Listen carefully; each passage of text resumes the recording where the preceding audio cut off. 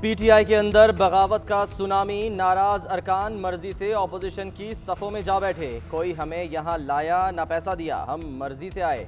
PTI के मुनहरिफ अरकान ने मंजरेआम पर आकर सब बता दिया। राजा रियाज, नवाब शेर वसीर सिंध हाउस में मर्जी से रह रहे हैं। बासित बुखारी भी अपनी जमात से नाराज होकर फेडरल लॉजेस में मौजूद हैं। अहमद हुसैन डेहड़ ने ऑपोजिशन से हाथ मिला लिया। राजा रियाज कहते हैं 24 अरकानी असम्बली मुनहरिफ होकर ऑपोजिशन के साथ हैं। परवेज़ इलाही के पास मुनहरिफ अरकान की दुरुस्त मालूमात नहीं। पार्लियामेंट लॉजेस हमले की वजह से यहाँ सब मर्जी से आए। इमरान खान इंतज़ामिया ने पुलिस की मदद से लॉजेस में धावा बोला। हम लोग ज़मीर की आवाज़ पर वोट देंगे, हमें किसी ने कोई पैसा नहीं दिया। वज़रा के दावों में कोई सदाकत नहीं। इमरान खान गारंटी दें कि अरकान पर दबाव नहीं डाला जाएगा।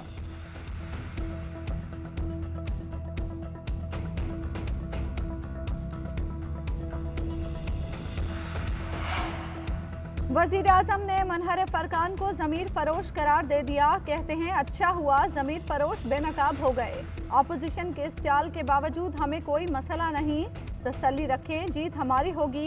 किसी तौर पर भी अपने नज़रिए से पीछे नहीं हटूंगा। चाहे कुछ भी हो जाए, इनको एनआरओ नहीं मिलेगा। सिंध हाउस को हॉर्स ट्रेडिंग की आमाज का नहीं बनने देंगे। इमरान खान की ज़ेर सदारत पार्टी तर्जुमानों का इजलास। शेख रशीद की सिंध में गवर्नर राज की तजवीज़ पर वज़ीर आज़म खामोश रहे। तर्जुमानों ने वज़ीर आज़म से नंबर गेम पर मुख्तलिफ सवालात किए। सिंध हाउस में पीटीआई का कौन कौन सा रुकन बैठा है, वज़ीर आज़म को रिपोर्ट पेश कर दी गई। वज़ीर आज़म इमरान खान ने मुशावरत के लिए स्पीकर कौमी असम्बली को बुला लिया। कानूनी ऑप्शंस पर गौर। मुनहरिफ अरकान का मामला भी ज़ेरे गौर आया।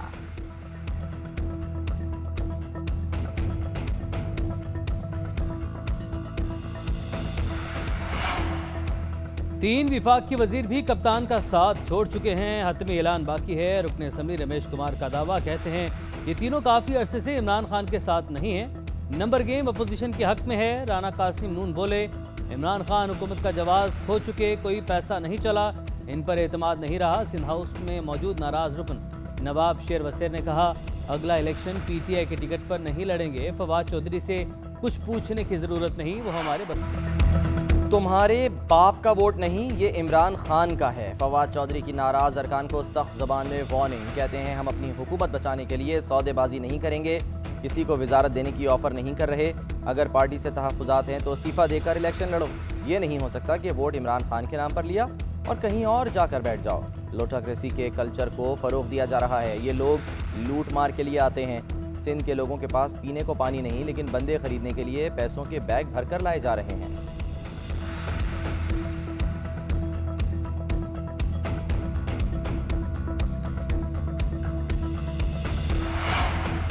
अरकान कौमी असम्बली को तहरीक अदम एतमाद के अमल में हिस्सा लेने पर तशद्दुद, गिरफ्तारियों और संगीन नताइज की धमकियां दी जा रही हैं। बिलावल भुट्टो कहते हैं इनकी जानें, आज़ादी और ख़ानदान ख़तरे में हैं। MNAs इस फाशिस्ट हुकूमत से तहफ़्फ़ुज़ के लिए तमाम रास्ते इख्तियार करेंगे। पीपल्स पार्टी और PDM इन अरकान के तहफ़्फ़ुज़ के लिए जो मुमकिन हुआ करेंगे। हम अपने तमाम कार्ड्स अभी शो नहीं करेंगे। चंद दोस्त इमरान खान के इल्ज़ामात का जवाब देंगे। आने वाले दिनों में और बहुत कुछ सामने आएगा। OIC के एहतराम के बायस हम इस्लामाबाद में अनारकी नहीं चाहते। हुकूमत हमें गुस्सा दिलाने की कोशिश से बाज रहे।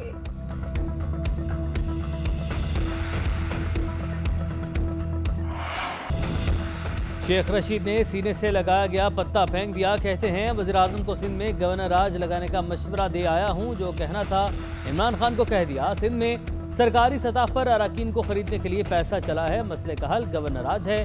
यौम पाकिस्तान की परेड और OIC कॉन्फ्रेंस के बाद मैं हूँगा और अपोजिशन होगी। इन सबको देख लेंगे। डी चौक पर अजीमुशान जलसा होने जा रहा है। बड़ा पावर शो होगा। अपोजिशन हालात ख़राब करने से गुरेज करे। सिंध हाउस में आड़त लगी है। जो वोट भेजेगा कौम उसका फैसला करेगी। 25 मार्च से मेरा सियासी गंडासा चलेगा। 15 दिन खूबसूरत खेलूंगा। हो सकता है कि 10 साल तक हाथ मलते रह जाएं।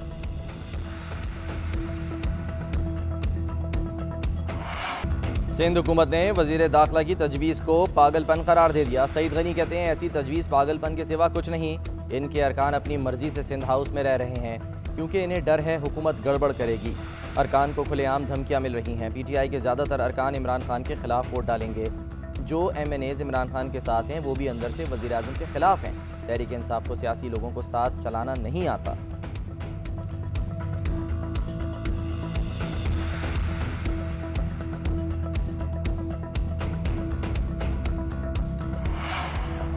ऑपोजिशन के नंबर गेम का जवाब होगा डी चौक जलसे से। वुज़रा ने जलसे को कामयाब बनाने के लिए पूरा जोर लगाने की हिकमत अमली वज़ा कर दी। असद उमर कहते हैं डी चौक पर अवाम का समंदर होगा, अवाम ही इमरान खान के हक में फैसला देंगे। हम्माद हसन ने कहा इमरान खान झुकेंगे ना बिकेंगे, ब्लैकमेलिंग में आने के बजाय हम अवाम से रुजू कर रहे हैं। अवाम की मेहनत और ताउन से तहरीक अदम एतमाद नाकाम होगी।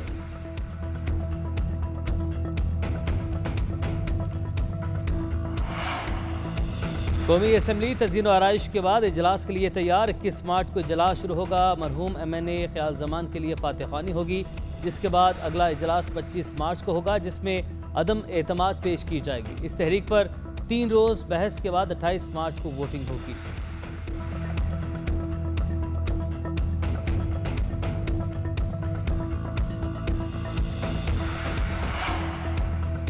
इमरान खान की सियासत का ड्रॉप सीन होने को है। झूठे सादिक और अमीन का असल चेहरा अवाम को दिखाया जाएगा। लीगी रहनुमा हसन इकबाल की इलेक्शन कमीशन के बाहर मीडिया से गुफ्तगू।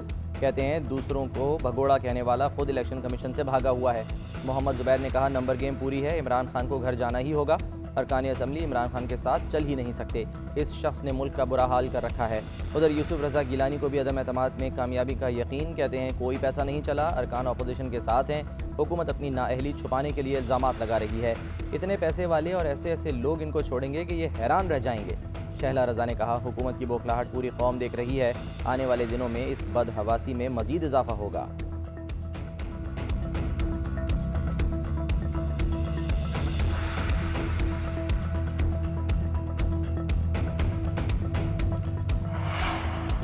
मौजूदा हालात में इमरान खान को ही ज़्यादा नुकसान होगा। परवेज़ इलाही कहते हैं वज़ीर आज़म को इस वक्त अपना हाउस इन ऑर्डर करने की ज़रूरत है। इमरान खान के दौर में जो मुदाखलत हुई उसे सारे जहान ने देखा।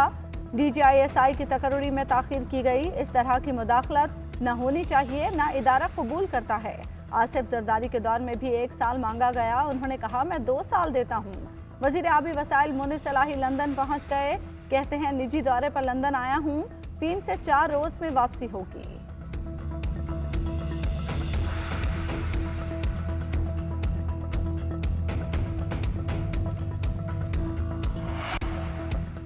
इमरान खान की जगह बाज़ वज़रा वज़ीर-ए-आज़म बनने के ख्वाहिशमंद हैं। फैसल बाबरा का बड़ा दावा, नाम लिए बगैर बाज़ वज़रा को बुज़दिल करार दे दिया। बोले लोग ख्वाब देखते हैं, खुद को विफाकी वज़रा से ऊपर समझते हैं, सब कुछ इमरान खान के हाथ में है। फैसल बाबरा की JNN के programme live with doctor Shahid Masood में गुफ्तगू।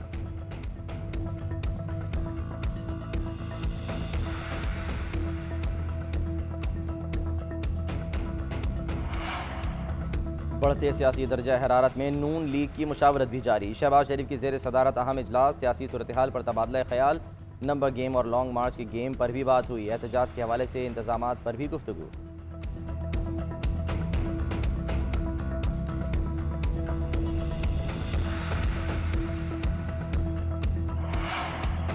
पंजाब की सियासी सूरत हाल पर क्या हिकमत अमली अपनाई जाए, तरीन ग्रुप का एक और मुशावरती इजलास तलब। कल जहांगीर तरीन की रिहाइशगाह पर बैठक होगी। ओन चौधरी कहते हैं मुस्तकबिल की हिकमत अमली पर तजावीज़ का जायजा लेंगे। हमजा शहबाज और परवेज़ इलाही से होने वाली मुलाकात पर तफसीली तबादला ख्याल होगा।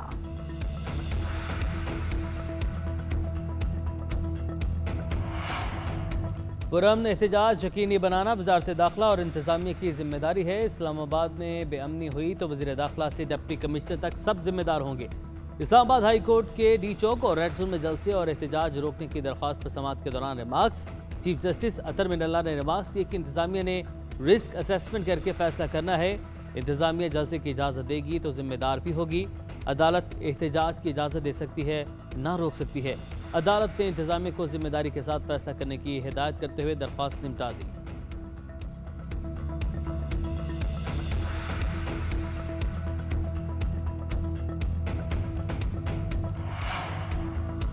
आर्मी चीफ ने सर्विस कोर नौशहरा का दौरा किया। आर्मी चीफ ने यादगार शोहदा पर हाजिरी दी और शोहदा के लिए फातिहा खानी की।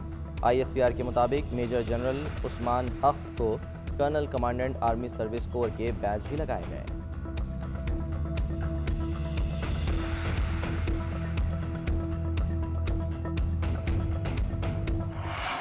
इलेक्शन कमीशन ने पब्लिक ऑफिस होल्डर को इंतखाबी मुहिम चलाने से क्यों रोका? वजीर आजम इमरान खान और असद उमर को इलेक्शन कमीशन का नोटिस। इस्लामाबाद हाई कोर्ट में चैलेंज। रजिस्ट्रार ने वजीर आजम इमरान खान की दरखास्त पर एतराज़ लगा दिया। अदालत की वजीर आजम को दरखास्त पर बायोमेट्रिक का एतराज़ दूर करने के लिए 1 दिन की मोहलत।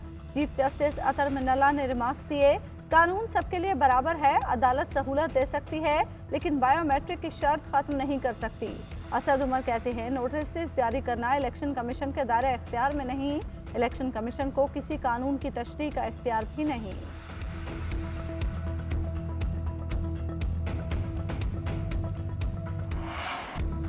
ओवरसीज़ पाकिस्तानियों की दास्तान गम। तहरीक इंसाफ के एडिशनल सेक्रेटरी आमिर कियानी के सामने शिकायतों के अनबार लगा दिए। शुरका का बैनर्स के नाम पर ली गई फंडिंग के ऑडिट का मुतालबा। कहा, ओवरसीज़ कन्वेंशन में किसी ने बात नहीं सुनी, लीडर्स तकरीरें करके चले गए, ओवरसीज़ चैप्टर के अहदेदार नाकाम हो गए, सेक्रेटरी को हटाया जाए। आमिर कियानी की तहफ़्फ़ुज़ात वज़ीर आज़म तक पहुँचाने की यकीन दहानी। जुल्फ़ी बुखारी से मुलाकात में भी ओवरसीज़ पाकिस्तानी फट पड़े। कहा, हमसे करोड़ों डॉलर्स दिए गए जिसका कोई हिसाब नहीं, हमें ओवरसीज़ कन्वेंशन मिलाकर ख्वार किया गया।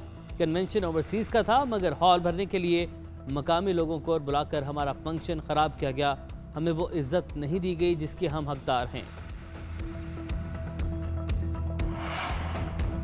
सेनेट की कायमा कमेटी बराए पेट्रोलियम का मुल्क में डीजल बहरान के खदशे का इजहार। पीएसओ के पास 26 दिन का स्टॉक है, डर है कि छोटी कंपनियां सप्लाई रोक देंगी।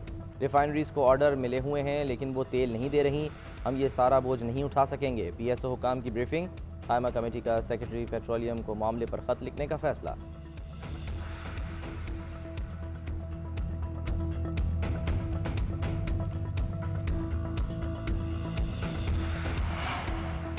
मुल्क भर में सियासी भूचाल का असर डॉलर पर। इंटरबैंक पे डॉलर 180 रुपये से तजावुज़ कर गया। ओपन मार्केट में 181 रुपये में फ़रोख्त। अशियाए खुरोनोश के बाद बिल्डिंग मटेरियल भी महंगाई के तूफान की लपेट में। लाहौर में सीमेंट की कीमतों में होश रुबा इजाफा। 2 हफ्ते में सीमेंट की एक बोरी 170 रुपये महंगी। एक बैग की कीमत 880 रुपये हो गई। पाकिस्तान और ऑस्ट्रेलिया के दरमियान टेस्ट सीरीज़ का आखिरी मैच कज़ाफ़ी स्टेडियम में होगा। टीमें आज लाहौर पहुंचेंगी। पीसीबी ने आईसीसी एकेडमी के हेड क्यूरेटर की खिदमात हासिल कर ली। लम्सडन ने कज़ाफ़ी स्टेडियम की पिच का भी जायज़ा लिया। उधर कराची टेस्ट ड्रॉ होने पर ऑस्ट्रेलियाई मीडिया ने कप्तान पैट कमिंस की कप्तानी पर सवाल उठा दिए। कहा, पाकिस्तान ने 170 से ज़ायद ओवर्स खेले, ड्रॉ पाकिस्तानी टीम के लिए जीत है, कमिंस को कुछ मुख्तलिफ करना चाहिए था।